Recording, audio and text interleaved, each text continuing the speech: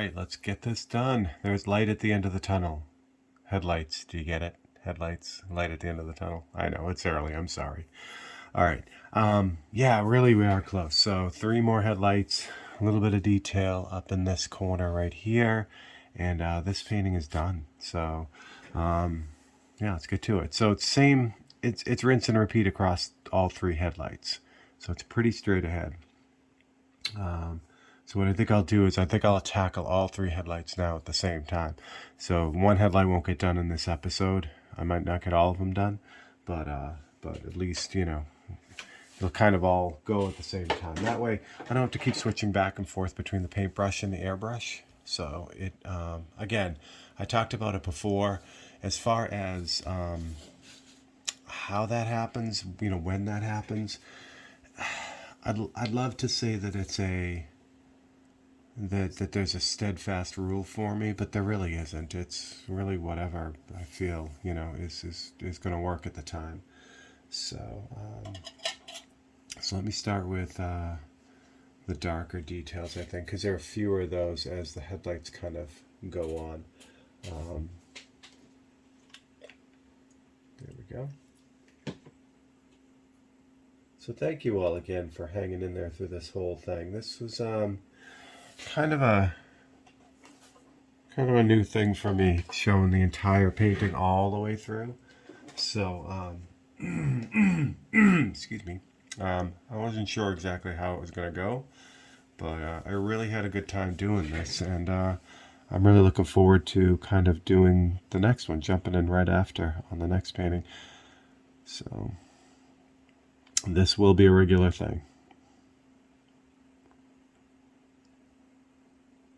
I like it too because sometimes with a regular live, like an hour or 2 hour live feed, it's easy to gloss over something or someone misses something, and then it just never kind of gets addressed. But here, not only, what's really been nice is not only do I get the comments right after the video goes live, but even much later, like I'll get messages on older episodes and questions, and that's really great. So sometimes I know the live feeds are more of a performance type of thing. So they're not necessarily what people want to watch and repeat, although a lot of people do, and I do too. I love watching repeat lives. It's unfortunate that I can't comment because it's not live, but I do like watching, but I know some people don't. So it's nice with these, they are much more rewatch friendly, which is great. So I get a lot of great comments and questions and that kind of thing after the fact, which is good. Oops. So again, black details first for this.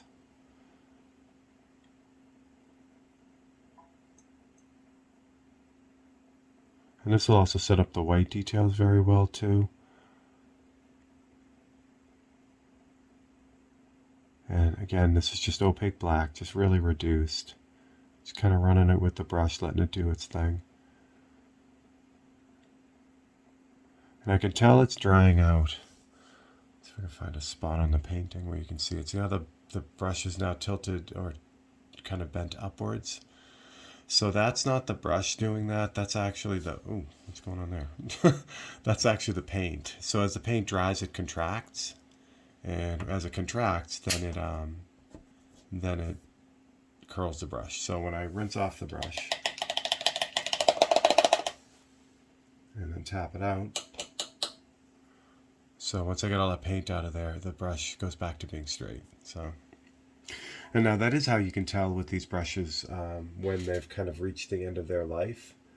They'll either split like a forked tongue, or they'll permanently bend. Like you can rinse them out all you want, and they won't return to that point.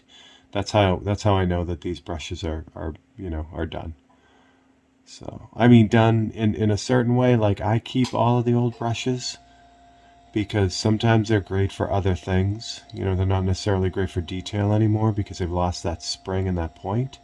But they're certainly good for doing like trees and really when you really kind of you need a little bit of control, but you also need to really roughen the thing up. I don't know what I was doing there. That's not even right. Talking and not paying attention. So that little blob right there is I don't know what I was thinking. I was kind of looking at this headlight when I really should have been just watching the photo, because what I put in there is not there. So easy enough. Just grab some light gray. Even though this looks white, it's really like a light gray. So I could just go back in and erase what I just did. So that's really if I could narrow down one thing, like one thing that like really like changed the way that I paint, was way back. It was way back. I used to do these paintings, and when I'd start them, something would go wrong with them, and I didn't have the skill set to fix what went wrong, and I'd start the whole painting over again. So I have a number of paintings in the beginning, especially when I was working with, because I started, the fine art stuff really started with aviation art. I loved painting airplanes. I still do, jets and things. So I was doing a lot of aviation art in the beginning, and I would start the painting and something would go sideways, and I didn't really have the skill set to fix it, so I would start the whole painting over. So I have a bunch of older paintings where I have two or three of them. They're not, the ones that got screwed up are not anywhere near being done.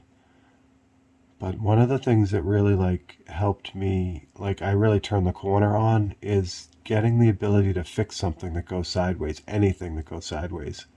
That's huge. Because not only do you fix a mistake, which is the goal, but it also gives you the confidence in going forward with all your paintings. So if I know I can fix anything, I'm not afraid of anything anymore. I'm not terrified that if I put a line in a wrong spot, or even if paint dumps on the painting, that it's trashed and I need to start it all over again. Excuse me. That's incredibly empowering as an artist to know that that you can now go back in and really fix something and save it. So, and I say it to myself all the time. It's funny. I'll actively out loud after something like that happens. I go, oh, nice save. It's just really, really, it changed everything. So I'm just bouncing back and forth between white and black, and just kind of getting in everything. Before, you notice how I did the airbrushing and then I did all the details, but this time I'm doing all the paintbrushing.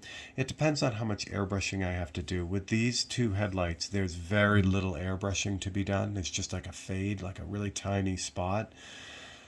So in that case, I can do all the paintbrush work and not worry about covering it with the airbrush. So that's what I'm doing. If there was a lot of airbrushing in this, like if there were a lot of fade gray fades and things like that, reflections and that kind of stuff, I would do all that first. That way the airbrush wouldn't cover all the paintbrush work. So it's proportion, how much of each, I guess. Oops, that's too dark too. Forgot what was in the brush.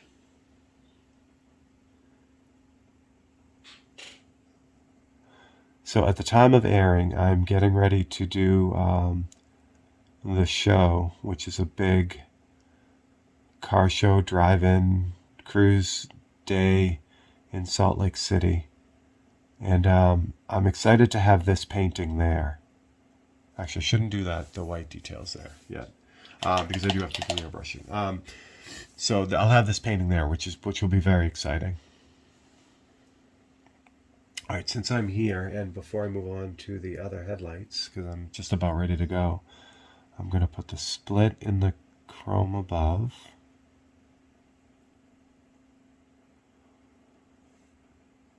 And I don't know that there's a little mark here. I'm not sure that that's a screw hole or just a detail, so I'm going to leave it out. When in doubt, it's always better to leave it out. All right, so get some reduced black here. Oh, I see what's going on there. Okay. I'm like, what is that little hitch there? So there's a top piece now. Little chrome detail. which actually runs across the whole thing. So I'm going to start it here. Actually, you know what I'm going to do? I'm going to use the maul stick for that because it's a long run there. This little piece right here is part of the headlight bezel, but I've already got it locked in, so I'm going to take that out for now and put that back in if I need it, which I don't think I do. All right, so for this line, this is kind of a bonus thing here. This is where's my plastic ruler? Here we go. So to get a straight line with a paintbrush, I got to do this. Hopefully the paint won't dry in the brush while I'm talking. So I don't know if I've done this. Did I do this on the? I think I did this on the grill pieces. So yeah, just kind of line up the ruler, pick a clean part of the ruler without bumps in it, so that, and you tilt it up so that the ferrule is not touching the ruler. Make a quick trial run so I can see where I'm going, make sure it's lined up. And then once I'm lined up, which I wasn't, there we go. I can now use a ruler as a ruler with a paintbrush.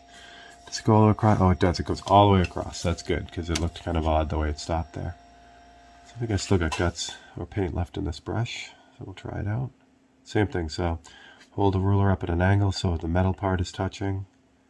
Run a test run until you get it right.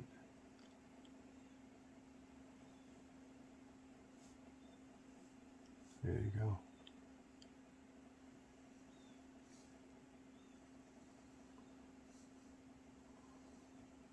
Now the other trick is you don't press down on the brush. You know, you just once you make contact and get the thickness of that line that you want, I work really hard not to push down or pull up at all. So by doing that, it keeps just that amount of point on the surface, and it gives you that consistent line. That's it. That was good. That was a nice bonus. All right. The SS needs to be airbrushed a little bit because there's some highlights on it, but I never really cleaned this up. So since I'm moving across the grill, I'll do that now. So this is just black, and I'm running around the outside edge of the S's and just straightening them out and opening up, the openings that need to be opened. Just cleaning up that edge. And then what I'm going to do is I'm going to hit it with the airbrush really lightly when I do the airbrushing to gray it all out, because there's a couple really nice hot spots on the letters that will really kind of pull them out. Okay, so that's good. We are going to be real close on this one. I think we're only one episode away now. I think. I shouldn't say that. I have one episode for paint because, like I said in the beginning, I'm going to keep this. I'm going to do this whole painting all the way from opening the package of ampersand board to the final framing. So framing is going to take a little bit too. The framing will take an episode as well. But at least, as I put it together. And I'll give you a preview of what I got for the frame for this too. Because usually around now, at this point of the painting, where it's getting near the end, that's when I'm starting to deal with what the frame is going to be for it. So that's kind of what happened with this one. Okay. So obviously back to black.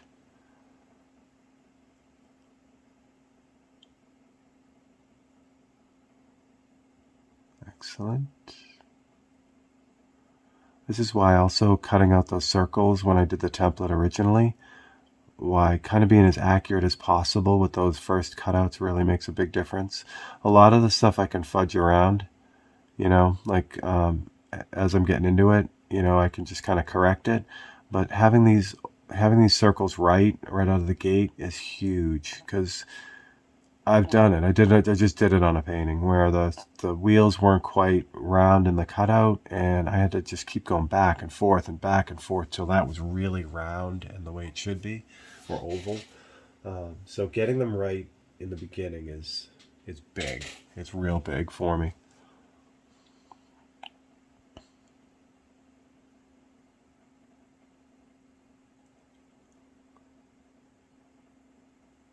Lots of reflections in here.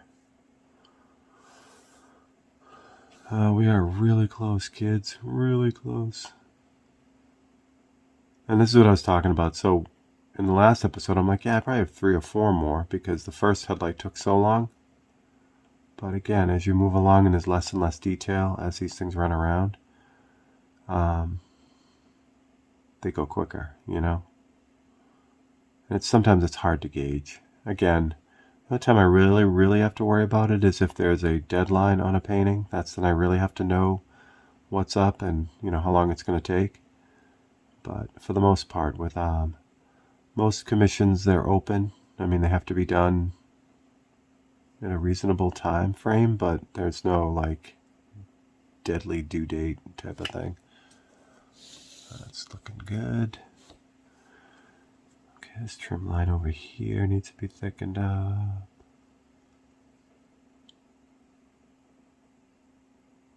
And then, what do we got here? Nothing? Nothing? Something? Oh, okay. I don't like that. Even though that's right, it looks like it's crushed. So I'm going to take a little bit of artistic license here and push this out a little bit.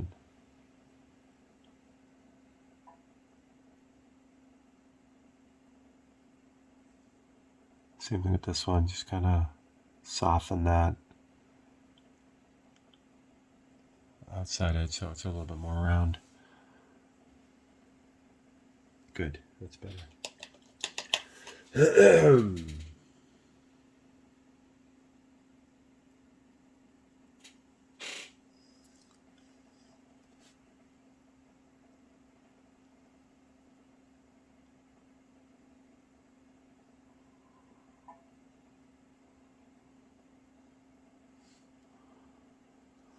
Excellent. All right, that's good. That is also good. That's good too. What am I doing here? Okay. So I'm gonna these little lines went over a little bit. So what I'm gonna do is I'm gonna cut them off, and then I'm gonna brighten them up with the white. So that'll clean that up as well. Yep. Okay. White.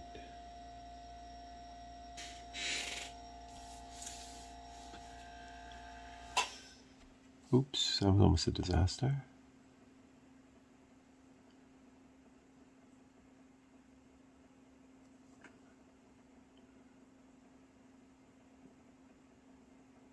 Yeah, it's going to take just a tiny bit of airbrushing, not very much at all.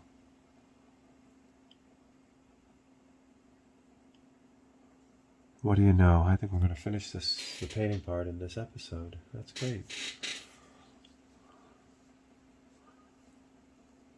Then it's on to framing.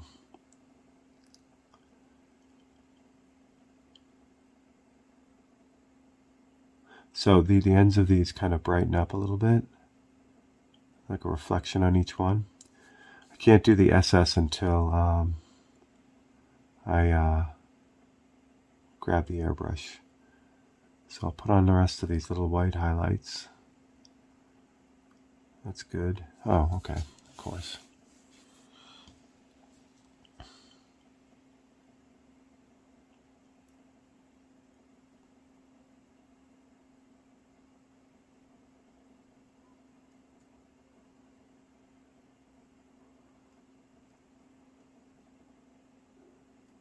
This white is drying out a lot.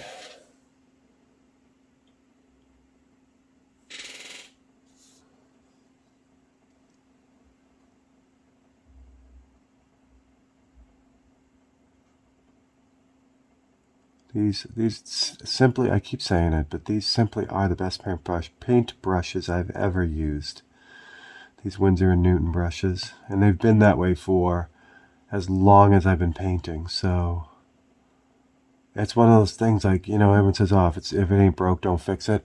This is a classic example of that. Like, I never go looking for new brushes. It's not like, you know, with airbrushes, it's fun. I'm always trying new stuff and, you know, seeing what's out there and that kind of thing. With paintbrushes, I just never think to go looking for another brush. These have always worked so well for me that there's never been an instance where I'm like, oh, actually, I shouldn't say that. I have, and I've had stuff sent to me too.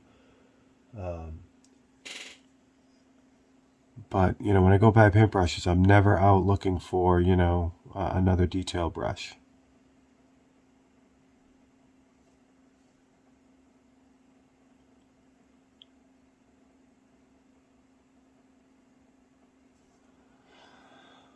Wonderful.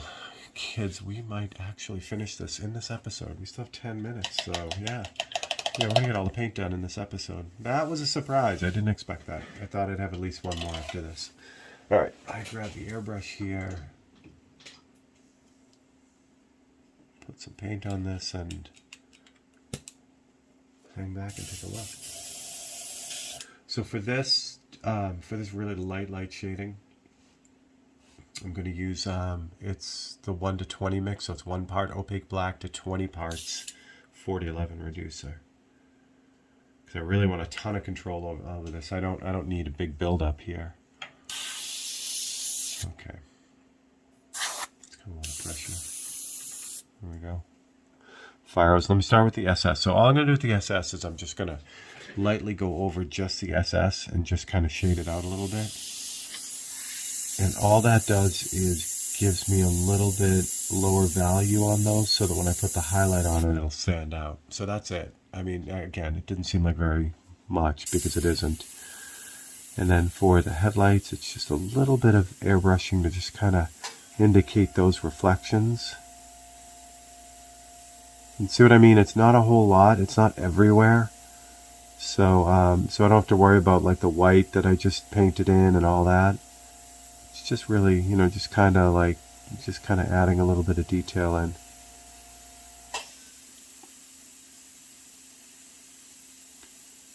And also kind of connecting, that feel of the paintbrush.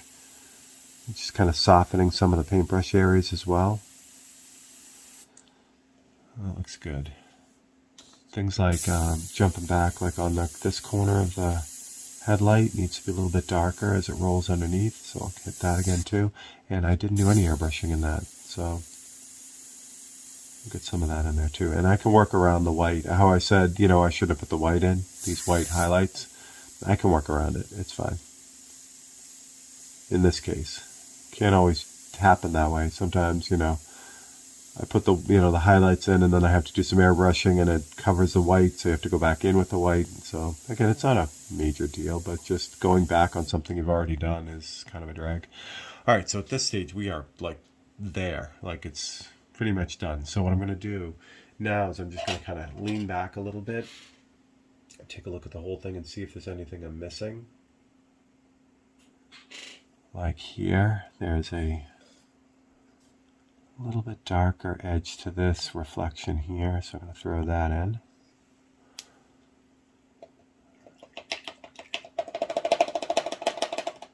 Any white highlights, usually at the very, very end, that's when those pop up, literally. So a couple on the headlights out here, and those highlights on the S. It's just on this one. And on there. That pops that out. Highlights, highlights, highlights, highlights, highlights. That's good. Oh, yeah, of course. There's one on the hood. And then just the slightest indication of that seam line for the hood. Same thing here. So there's the notch for it right there, which has a highlight on it. And then there's where I'm going. So the only thing that really shows where that line is this little highlight right here. And that's it. I love stuff like that, because that's the stuff that really, really makes this painting. That's what really pops it out. So the top of this hood scoop has a tiny bit of a highlight there too. Get that in there. On the windshield, there's a highlight. Right about here. Top of the window. Yeah, looks good. I got all those. Those look good. There's nothing really going on with the badge on the side, so that's good. There's a few you can see like part of the radiator inside here, but I'm not going to do that. I'm going to leave that black. I just like the way that reads. I got that highlight, and I got that highlight. Shoot, I think we're done. I think we're done. All right. So there's done, and then there's like, let me sit on this for a little while and look at it. Done. And that's where I'm at right now with this. So what I will do between this episode and the next episode is I will sleep on this basically. So I'll give it a couple hours, not look at it, then I'll come back and look at it again and say, hey, is there anything that really needs to be cleaned up, or and make kind of a quick laundry list of things that would need to be kind of addressed. So that's kind of where we're at now. I think I might sign it though. Yeah, we're at that point. Okay, so for signing it, a number of ways that I usually sign these paintings, and depending on the scale. So this is a full painting, meaning it's took the full amount of time. It's not like one of the quick black and whites that I do. So for the full paintings, I usually just sign my last name. So what I'll do is, actually I don't like the way that flops around. So I'm going to take the magnet off so I can do this correctly. I don't need the magnet on here anymore. Could always put it back on anyway. All right, take the magnet off so this sits flat. Now I'll need to use magnets. So grab a couple magnets. There we go. Okay, better, much better. So grab the ruler here and get smaller magnets. Oh, that's what I'll do. There we go. Those are better magnets for this. These are about the same thickness as the metal, which is what I need. Yeah, perfect. Okay. So now I can take 2 more magnets, grab my clear ruler again, just line it up. I love these gridded rulers, man. I do. I love them. And then I'm just going to put the magnets on the ruler so that holds a ruler in place like that. So now what I can do is I can sign it. And I have a line to go by. That's basically all it is. And I have actually grid marks too. So if I needed to have spacing the letters out. There are a lot of ways to sign, like the 543s. The 543s, I sign those with just a regular marker, an archival marker, a Sakura pen, Pigma Micron. So I could sign this one with that too. But I don't know. I've just, for some reason, I got into the habit of doing them with a paintbrush. So I'll do this one with a paintbrush too.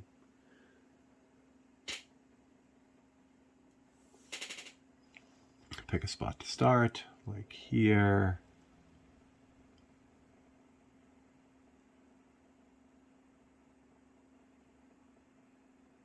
I can get you guys in closer for this too.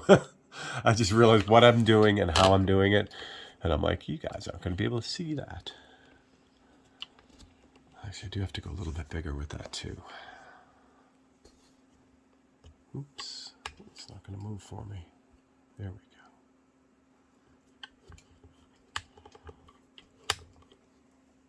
And zoom that in. Slide you guys. Actually, I don't want to slide that over. I'll move this over. All this stuff. There we go. Okay, better. Too small? I think too small. The good news is with the L, I can adjust it. I can adjust the size before I really commit because of the shape of the letter, That's better. And then the E, I have an E without the vertical stroke. A is also missing a stroke. It's missing the horizontal stroke.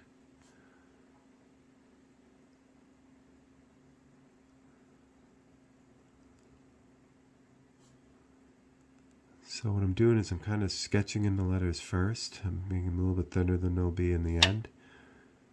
And then finally the date. Well, the paint is drying out too, which is fine. What I'm really trying to do is get the letters in and placed. Then I can clean them up.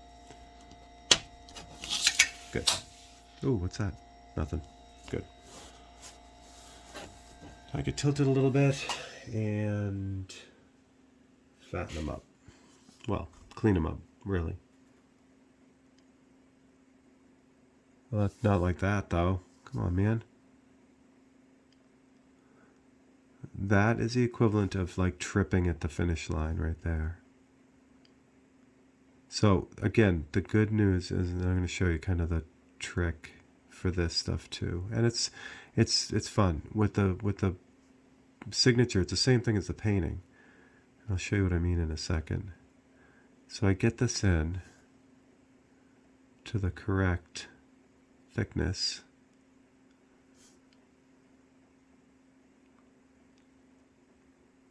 Let's dry it out again.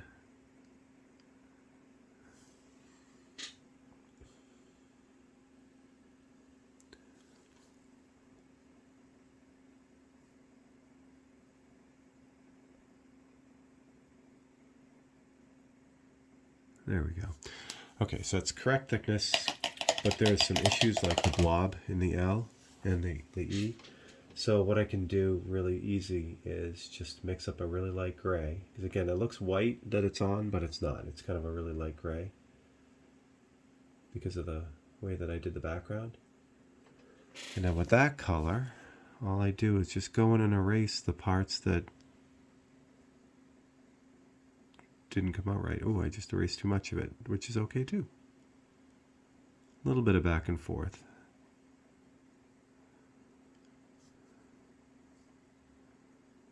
Should be thicker. Good.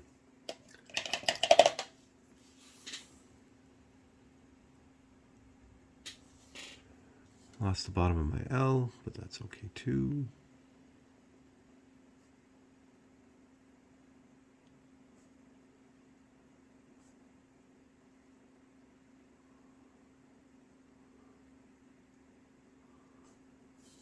And there you have it. All right. We did it. We did it. Back you guys up one more time. Give you a little bit of a preview, and then now I can start looking at it because the next thing is clearing it. So it's framing and clearing, which we're gonna do both. I think I'm gonna use UVLS satin for this, even though it's on aluminum, and generally